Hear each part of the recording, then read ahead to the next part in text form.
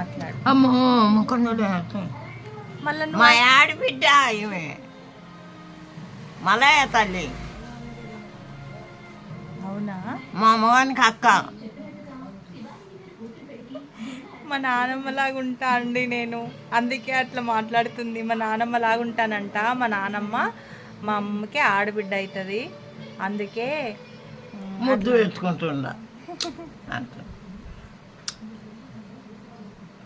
ఇది మామయ్యకు పంపించాలా? పంపించాలా మామయ్యకు? పంపించాలా? ఫుల్ హ్యాపీగా ఫీల్ అవుతాడు కదా మామయ్య.